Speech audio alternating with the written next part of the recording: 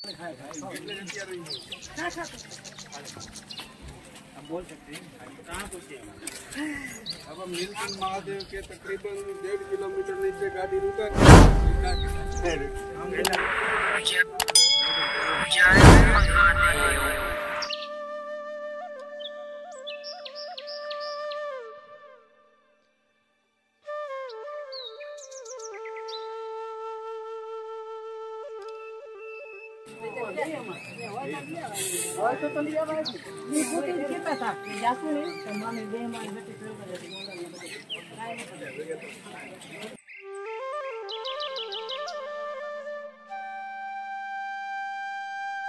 देखिए, जिस टेम्पल का अभी आपका जो दर्शन होगा, ये भगवान राम के छोटे भाई शत्रुघ्न का ये तपोस्थल है। और शायद आप लोग फर्स्ट बार देखेंगे ये टेम्पल, क्योंकि इनका मंदिर कहीं है नहीं। इधर का राम झूला, लक्ष्मण झूला, तो झूला को राम या लक्ष्मण ने नहीं बनाया। ये त्रेता युग में जो भगवान राम ने रावण का अंत किया था और लक्ष्मण ने मेघनाथ को मार दिया था, तो भगवान राम के ऊपर ब्रह्म हत्या का दोष लगा। क्योंकि रावण को तो सबको मालूम है कि राक्षस है, लेकिन वो जाति से ब्राह्मण भी थे। तो अपने पापों से प्रायश्चित करने के लिए अपने कुल गुरु वशिष्ठ के कहने पर इस जगह पर चारों भाई आए। तो राम का जो तपोस्थल है, 70 किलोमीटर आगे जाएंगे तो एक जगह का नाम आता है देव प्रयाग। देव माने भगवान राम, और दो नदी आकर के मिलती है, अलकनंदा भागीरथी, उसको बोलते हैं प्रयाग। दोनों को मिला करके देव प्रयाग। और इधर से 2 किलोमीटर लक्ष्मण झूला आता है। वहाँ लक्ष्मण झूला बंद है 1.5-2 साल से, नया ब्रिज बन रहा है, कांच का ब्रिज बनेगा। लक्ष्मण ने तब की है। इधर में उनका छोटा भाई शत्रुघ्न, और 2 किलोमीटर पीछे ऋषिकेश का सबसे बड़ा घाट आता है त्रिवेणी घाट, वहाँ भरत जी का तपोस्थल है। गंगा के ऊपर में जो झूला बोलते हैं, पुराने टाइम पे जो बद्री केदार गंगोत्री यमुनोत्री जो टूरिस्ट जाते थे, नाती पोते वाले जाते थे, जिनका उम्र लास्ट स्टेज पे होता था, तो वो लोग घर से निकलते थे, जीवित में पिंड दान करके वो लोग निकल जाते थे। उनको मालूम है था कि वापस होना बड़ा मुश्किल है, तो नदी को क्रॉस करते थे एक डोली में बैठ करके। डोली होता है ना नदी के ऊपर, रस्सा बांधा खींचा नदी पार करवा। तो यात्रा जब कंप्लीट हुआ नागरमल सूरजमल का, तो उस जमाने में ब्रिटिश गवर्नमेंट को 2.5 लाख चांदी का सिक्का दिया था एक आवागमन रास्ता बनाने के लिए। तो वो झूला जो बना 1927 का और 30 में कंप्लीट हुआ था। उसके ऊपर चलेंगे तो हिलता है, हैंग होता है। उसका नाम पड़ गया लक्ष्मण झूला। उसमें खर्चा लगा था उस जमाने में 2.5 लाख चांदी के सिक्के। और राम झूला बाद में बना 1985 में, तो लक्ष्मण झूला से बड़ा है, तो पब्लिक ने इसका नाम दे दिया राम झूला। तो राम और लक्ष्मण झूला के नाम से ये जगह फेमस हुआ। आप लोगों को मालूम है जो शत्रुघ्न भगवान थे राम के छोटे भाई, ये किनके अवतार है मालूम है आप लोगों को? नहीं मालूम है। राम मालूम है किनके हैं? विष्णु भगवान। और लक्ष्मण शेष है। तो शत्रुघ्न भगवान अवतार है जो विष्णु के हाथ में शंख होता है ना, ये शंख के अवतार है। और भरत जी जो अवतार है वो सुदर्शन चक्र के अवतार है। तो त्रेता युग में चारों भाई बने थे। तो दर्शन कर लीजिए, इसके बाद हम लोग ब्रिज के ऊपर चलेंगे। जाइए।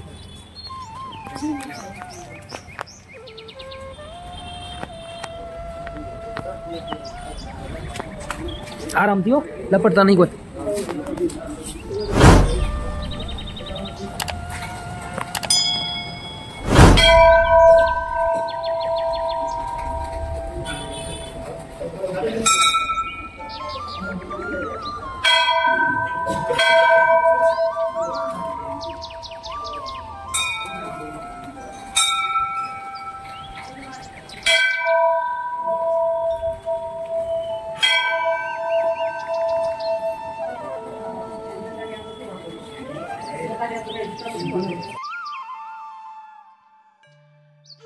से है ना दर्शन के लिए, दर्शन करने गए ना नीलकंठ मंदिर, इसी पहाड़ी के पीछे है।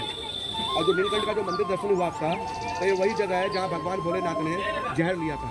जब समुद्र मंथन हुआ था ना अमृत के लिए, तो भोलेनाथ ने जहर लेके पूरे ब्रह्मांड में घूमे, जहर को छुपाना चाहते थे। जगह कहीं नहीं मिला सुरक्षित, तो कंड में ले लिया। माता पार्वती ने इधर उनका जहर रोका। तो वहाँ भगवान भोलेनाथ का शिवलिंग के रूप में कंठ का दर्शन होता है। अगर यदि मंदिर के अंदर गए होते हैं तो ब्लू कलर का स्टोन है और सिल्वर में पैक किया हुआ है। अभी सावन भाग चल रही है, तो बाहर में टब में आप लोगों ने पानी डाला हुआ और पाइप द्वारा शिवलिंग में जा रहा है उसका। तो सावन जब खत्म हो जाएगा तब अंदर का पटाख खुल जाएगा, क्योंकि बहुत भीड़ चल रहा है ना, इसीलिए वैसे किया। चलेगा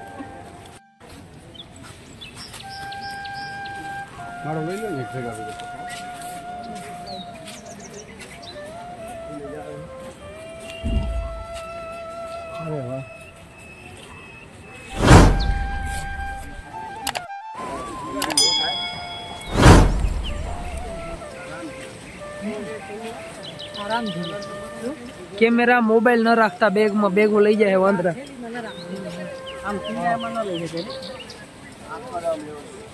जय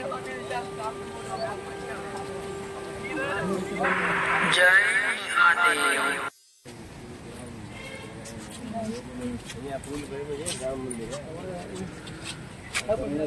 पे खड़े हैं ना, इस रोड का नाम है स्वर्ग द्वार। ये स्वर्ग की पहली सीढ़ी है, क्योंकि यहीं से पांडव स्वर्ग गए थे पर्वों का अंत करके। तो पांडव को मोक्ष मिला था स्वर्गारोहिणी से, और यही हमारे पूर्वजों का रास्ता है। बद्री, केदार, गंगोत्री, यमुनोत्री, इस जमाने में पैदल बाई वाक्य है। इस रोड का नाम है स्वर्ग द्वार। बाकी की स्टोरी तो आपको आगे पता। स्वर्ग केदारनाथ मंदिर का भी स्टोरी मालूम लगेगा आपको। ये मंदिर जो है, इसका नाम रामेश्वरम है, और जो आप लोगों ने सुना होगा साउथ तमिलनाडु चेन्नई वाला रामेश्वरम। हाँ, तो आदि गुरु शंकराचार्य जी ने नाम दिया, जो हर हिंदुओं का पहला गुरु। तो पांडव यहाँ मोक्ष के लिए जब जा रहे थे, तो पंचाली ने शिव अभिषेक किया है, और पंचाली के हाथों द्वारा जो अंदर आज शिवलिंग देखेंगे वो शालिग्राम शिवलिंग है। जो शालिग्राम शिवलिंग पूरे भारत में नहीं है, और साउथ में जो शिवलिंग है स्फटिक मणि है, स्फटिक स्टोन है, इधर शालिग्राम स्टोन है। पांडव जब हिमालय गए तो स्वर्ग नहीं मिला उनको, तो पांडवों के मन में आया कि कैलाश पर्वत चलते हैं, भोलेनाथ का दर्शन होगा और स्वर्ग का रास्ता ले लेंगे। भोलेनाथ को खबर लगा कि दर्शन के लिए नहीं, स्वर्ग के लिए आ रहे पांडव। तो भोलेनाथ को बहुत कष्ट हुआ और ना दर्शन देने की इच्छा जताई। फिर भी पांडव से बचने के लिए भोलेनाथ एक पशु का रूप धारण ले लिया। पशु बोले तो बैल, नंदी। पशु जानवरों को इकट्ठा किया, भोलेनाथ उनके साथ मिक्स हो गए, जिसमें पांडव पहचान ना पाए। पांडव उधर गए, भोलेनाथ मिले नहीं तो रिटर्न होने लगे। तो पांडव की दृष्टि जब पशु तक गया तो कहने लगे इधर ना ऑक्सीजन है, ना खाने का है, ना घर, ना मकान, पशु इधर किधर से आया। तो पांडव कहने लगे सब लीला भोलेनाथ का है, मालूम नहीं हमसे क्या पाप हो गया है। तो पांडव कहने लगे एक हम भी लीला रचेंगे। तो पांचों भाइयों में लंबे चौड़े जो थे शरीर में वो भीम थे। तो भीम को एक पर्वत के ऊपर खड़ा कर दिया। नर नारायण पर्वत आता है उधर, एक पैर इधर रखवाया और दूसरा पैर इधर रखवाया, पैर फैला के खड़े हो गए। तो पांडव का लीला ये था कि जब हम लोग विराट आवाज लगाएंगे तो पशु में भगदड़ मचेगा और ये सब अपनी अपनी जान बचा करके भागेंगे। रास्ता उधर एक ही था, भीम के पैरों के नीचे से निकलना था, दूसरा कोई रास्ता नहीं था। तो पशु के बेस में अगर शिव हुए तो कदापि पैरों के नीचे नहीं आएंगे। तो वही लीला पांडव का था। जानवर भागने लगे तो भोलेनाथ को लगा कि इधर अकेला रुका तो पांडव पहचान लेंगे। तो भोलेनाथ जल्दबाजी में गलती कर बैठे, वो दौड़ के आए और भीम के बाहर के पैरों के हिस्से से एक जंप में पहाड़ी क्रॉस कर गए। पांडव को उधर समझने में बिल्कुल देर नहीं लगा, कहने लगे यही शिव है। तो उन्हीं के पीछे भागने लगे। तो कुछ दूर जाकर के कच्चा ग्लेशियर आता ना, जहाँ पशु इंसान फंस जाता है, तो नंदी का भी पैर गया और आगे का पूरा हिस्सा ग्लेशियर के अंदर जाने लगा। तो पांडव ने कहा पहले इसको जीवित बचाओ, तो बलपूर्वक पूंछ पकड़ के बाहर खींचने लगे। तो वहाँ खींचातानी में पशु का शरीर का दो हिस्सा हुआ, तो गर्दन का नीचे का जो हिस्सा था पांडव के हाथ में आया, उधर स्थापना कर दिया, क्षमा याचना की। वही भोलेनाथ 2 क्षण के लिए दर्शन दे दिया, कहा स्वर्ग मिलेगा लेकिन निस्वार्थ मिलेगा। जो भी शक्तियाँ इधर लाए हो एकत्रित करके इसको त्याग करके एक आम इंसान की तरह आगे बढ़ो। वही भोलेनाथ आदर्श हो जाते हैं। तो मंदिर के अंदर जब उधर प्रवेश करेंगे तो पूरा नंदी का पार्ट बना हुआ है, आगे का ये नहीं है, कुल्ला पुल्ला सब बना है, पैर ये नहीं है। आगे का हिस्सा जमीन के नीचे नीचे ले जा करके निकल के नेपाल काठमांडू में उधर बोलते पशुपति था, वह पशु का फेस है, पीछे का शरीर है इधर केदारनाथ हिमालय में। भाई और उनकी पत्नी एक एक करके सब समाप्त हुए, जीवित बच्चे युधिष्ठिर और उनके साथ एक दूसरा और बच्चा कुत्ता जो पांडव के साथ चल रहा था। तो वही रास्ता बताते हुए स्वर्गारोहिणी तक ले गया। जब उधर गया तो पुष्पक विमान उतरा, आकाशीयवाणी हुआ। तो युधिष्ठिर कहने लगे मैं अकेला स्वर्ग नहीं जाऊँगा, जो यहाँ पहुँचता उसका भाग्य और किस्मत है। ये पशु जानवर है तो क्या हुआ, मेरा स्वामी भक्त है, मैं इसके बिना स्वर्ग नहीं जाऊँगा। तो कुत्ता कौन था मालूम था आपको? मालूम है जी? हाँ, यमराज, क्योंकि साधारण कुत्ता होता है इतना लंबा यात्रा नहीं करता। तो युधिष्ठिर को वहीं पर दर्शन दिया और युधिष्ठिर को समझा करके स्वर्ग ले गए। तो जब वो युधिष्ठिर तो स्वर्ग गए, और लोग भी स्वर्ग गए, लेकिन उनका अपना गया, स्वर्ग युधिष्ठिर का गया। और स्वर्गारोहिणी जो है बनाया हुआ जो है वो रावण का बनाया हुआ है। अगर सीता माता का हरण ना किया होता या अंत ना होता तो उनका एक सपना था रावण का कि धरती में चले के स्वर्ग का रास्ता बनाना। आप और हम स्वर्ग जाते घूमते जीवित में चलते और दर्शन करके आ जाते। 99 सीढ़ियाँ उधर है और सीढ़ियाँ कोई बालू बजरी देखता नहीं है। बादल देखा होगा ना, बादल में मौसम का, तो बादलों की तरह ऐसे स्टेप बना है। तो अपने भारत का सबसे कठिन यात्रा है, हर किसी को परमिशन नहीं मिलती, किसी का ऑपरेशन उम्र कैसा है, चल सकते हैं कि नहीं चल सकते, तो उसी का नाम है स्वर्गारोहण। और रावण का यही इच्छा था कि धरती पर जिसका भी जन्म है वो सबका अधिकार है। अच्छा कर्म बुरा कर्म कौन करता है ये सब विधि का विधान है। तो 99 सीढ़ियाँ, उसी जगह का नाम है स्वर्गारोहण। तो मंदिर के अंदर जाएंगे, दर्शन करेंगे और अंदर जाएंगे तो शिवलिंग का आप लोग परिक्रमा नहीं करेंगे। शिवलिंग कहीं का भी जाएंगे, आपको मालूम है आधा परिक्रमा लगता है। तो दर्शन करेंगे, इसके बाद आप लोग खाना खाएंगे। खाना खाने के बाद फिर आगे चलेंगे तो 2-3 पॉइंट देख करके फिर रिटर्न होंगे। तो जाइए दर्शन कर लीजिए, इधर में शालिग्राम शिवलिंग है।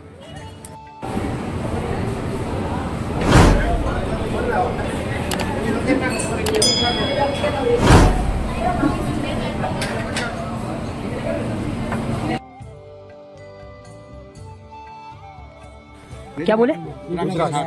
देखा रुद्राक्ष का झाड़ है। रुद्राक्ष નું ઝાડ છે रुद्राक्ष।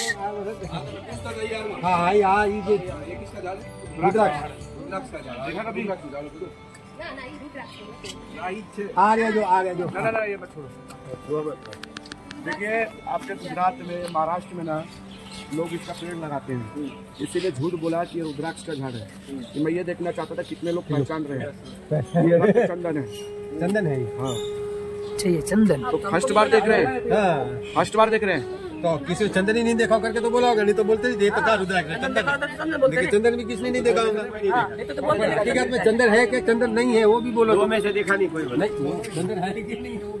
क्या पूछ रहे हैं आप? तोड़ना नहीं, तोड़ना नहीं, तोड़ना नहीं। क्या बोला आपने? रेड रेड चंदन बोलते ना, तोड़ना नहीं। कैसे? एक तो एक वेप आ रहा है ना, जैसे रखोगे मोबाइल में बता देगा किस पेड़, काई का पेड़ है ना।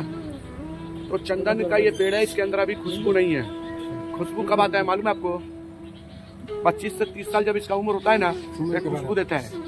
और कोई 90 साल वाला होगा ना पेड़, 90 साल वाला, कैसे हम लोग जैसे गर्मी में पसीना निकलता है, ऐसे ही गीला रहता है, भीगा हुआ। तो हाँ, गर्मियों से बचने के लिए इसके ऊपर सर्फ लिपटना स्टार्ट हो जाता है। कोई 90 साल वाला होगा। और जो लोग तस्करी करते हैं ना चंदन का पेड़ का, तो उनको लगता है कि पेड़ मोटा हो गया है, बड़ा हो गया है, खुशबू का पता नहीं लग रहा है, तो वो लोग ड्रिल मशीन से इसके अंदर छेद करेंगे। जब छेद करेंगे तो क्या निकलेगा अंदर से? बुरादा पाउडर। तो वो लोग सूंघेंगे। अगर खुशबू अंदर चालू है तो उस झाड़ के लिए फिर खतरा है, और खुशबू नहीं दिया उसको छोड़ देंगे। तो हरिद्वार ऋषिकेश 4 धाम घूमेंगे, चंदन का लकड़ी है बहुत, वो सब फेंक है। अमरूद का लकड़ी है, सेंट केमिकल लगाकर गवर्नमेंट ने बैन किया। इधर हिमालय से जो भी वस्तु निकलता है ना, सब सरकार चलाती है। इधर हाँ, बाबा कमली वाले नाम सुना है। ये उन्हीं का ये स्टैचू बना हुआ सामने। तो यात्री लोगों ने इनका नाम दिया है बाबा काली कमली वाला, क्योंकि ये 12 महीना काला कपड़ा या काला कम्बल यूज करते हैं। और जो लोग 4 धाम से यात्रा इधर जाते हैं ना पैदल, तो बाबा जी हर नंबर पर 2 काला कम्बल देते हैं कि उनको उधर ठंड ना लगे। और यहाँ से लेकर के चारों धाम तक इनके धर्मशाला कुटिया बना, जो टूरिस्ट लोग रुकते थे। चोट बीमार पड़ जाए तो बाबा जी आयुर्वेद से इलाज करते थे। तो यात्री लोगों ने इनका नाम दिया बाबा काली कमली वाला। असली नाम है आत्म प्रकाश। ये टोटल एरिया 3 किलोमीटर में है, और हरिद्वार से लेकर चारों धाम में एक से एक लग्जरी प्रॉपर्टी है। जैसा टूरिस्ट आता है, जैसा सुविधा चाहिए वैसा रूम है। तो आज की डेट में इनकी ये पूरी प्रॉपर्टी जुगल किशोर बिरला जी के हैंड ओवर है। ये बिरला जी की प्रॉपर्टी आज है, और ये चलता है कलकत्ता से। इसका मेन जो हेड ऑफिस है कलकत्ता। ये वाला जो पेड़ देख रहे हैं ना, जो आम की तरह लग रहा है, आम का पेड़ इधर वाला, ये रुद्राक्ष का पेड़ है। बारीक बारीक फूल देख रहे हैं आप लोग, ये सब रुद्राक्ष है। नजदीक से देखना चाहते हैं, इसका देखना या दर्शन करना बहुत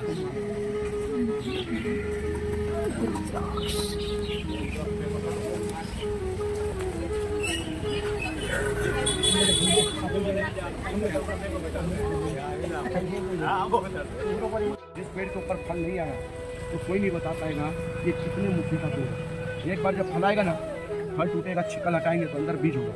तो बीज में लाइन होता है नीचे वाला, तो जितना लाइन होगा वो सब फलों में उतना ही लाइन होगा। और रुद्राक्षों में तो अच्छा, सबसे अच्छा माना गया एक मुखी, लेकिन कोई हाँ एक गोल वाला।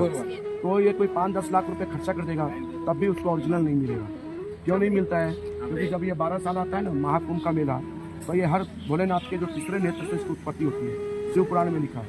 और ये किस पेड़ के मतलब झाड़ के ऊपर लगेगा, लाखों हजारों फलों के बीच एक फल मालूम नहीं किसी को। और सबसे ज्यादा इसकी तलाश में अघोरी लोग रहते हैं। एक बार उनको मिल गया, जागृत हो गया, तो अनचाहा कार्य कर सकते हैं।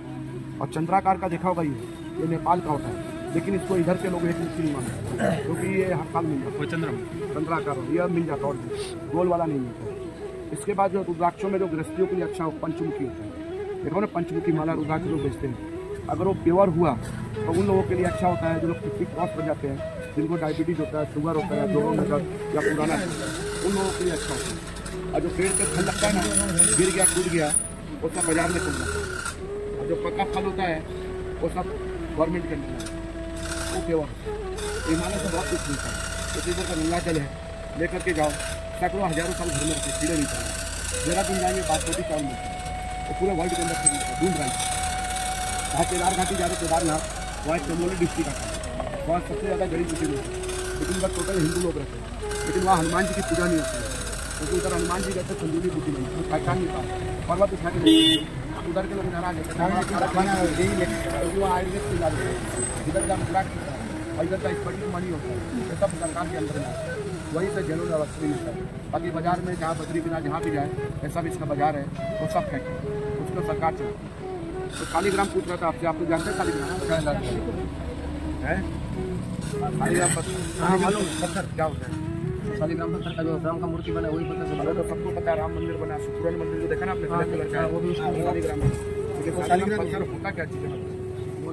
कोई बोलता विष्णु का रूप है, मतलब विष्णु का रूप कैसे आया तो मालूम नहीं।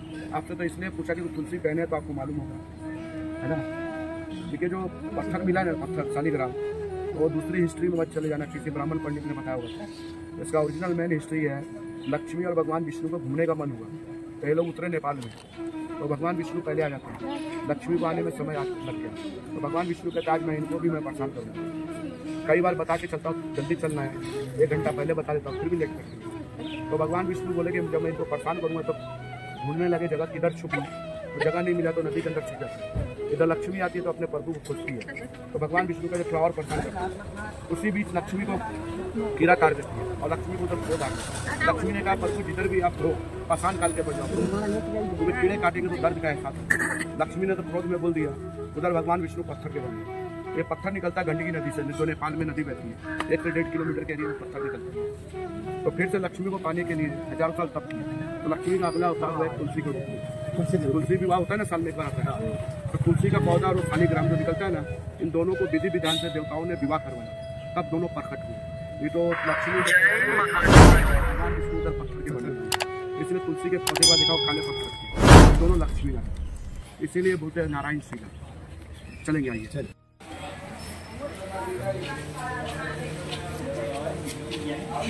गीता प्रेस का नाम सुना होगा, जहाँ किताबें छपती है, तो ये उन्हीं का, इसको बोलते हैं गीता भवन। तो इसके अंदर 1885 रूम है। ये रूम यहाँ मिलता है खाली इंडियंस के लिए।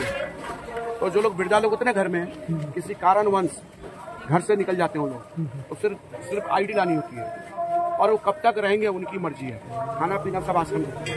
और यदि कोई फैमिली आकर के रुकना चाहती है तो 1 दिन या 2 दिन के लिए रूम नहीं होता, 15 दिन रहना अनिवार्य है। ऐसा नहीं इधर 15 दिन के लिए रूम ले लिए और इधर कहीं 4 धाम 2 धाम घूमने चले गए, पैसे को नहीं मिलता है।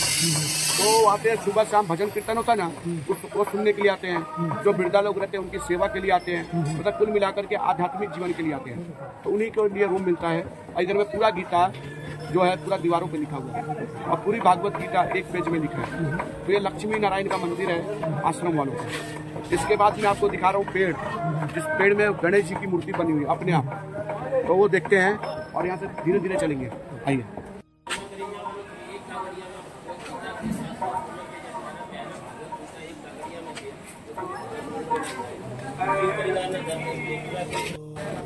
वस्तु जुओ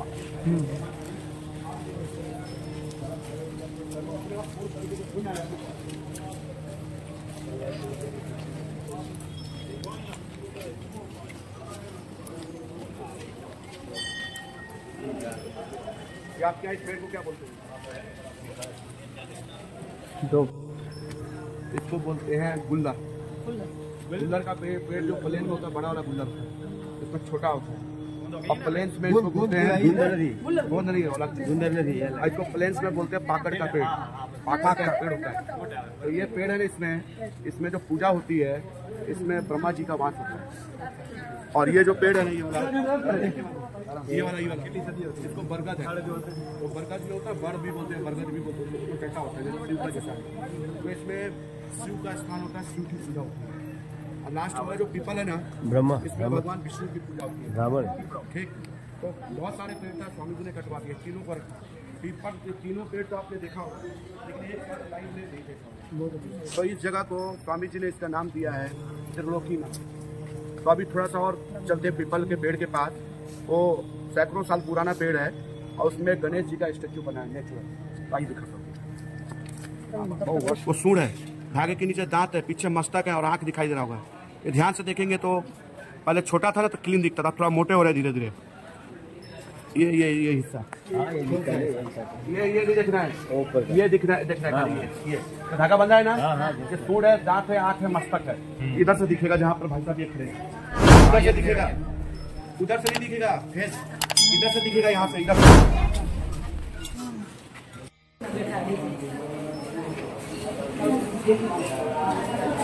सूखा हुआ था। अच्छा। तो 12 महीने में 6 महीने के लिए सूख जाएगा। जिनको नहीं मालूम हुआ वो काट के फेंक जाएगा, पेड़ मर चुका है, पत्ता नहीं आ रहा। लेकिन ऐसा कुछ नहीं है। फिर ये 6 महीने के बाद ये हरा भरा होता है। तो जैसे हम लोग अपने देवी देवताओं को पूजा करते हैं ना, तो वैसे ही लक्ष्मी की पूजा होती है। ये मनो इच्छित कार्य पूजा करते हैं। स्वामी जी ने हिमालय से ले आकर के इसको रोका हुआ है। तो होता ना बेलपत्र 3, इसमें 5 पत्ते होते हैं। 5 पत्ते वाले।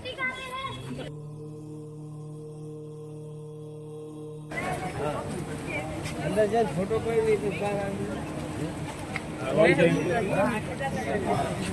निकालने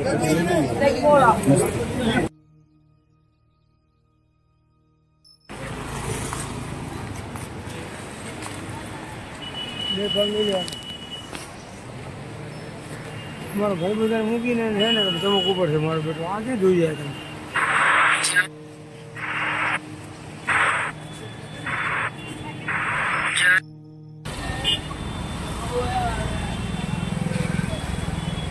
अलग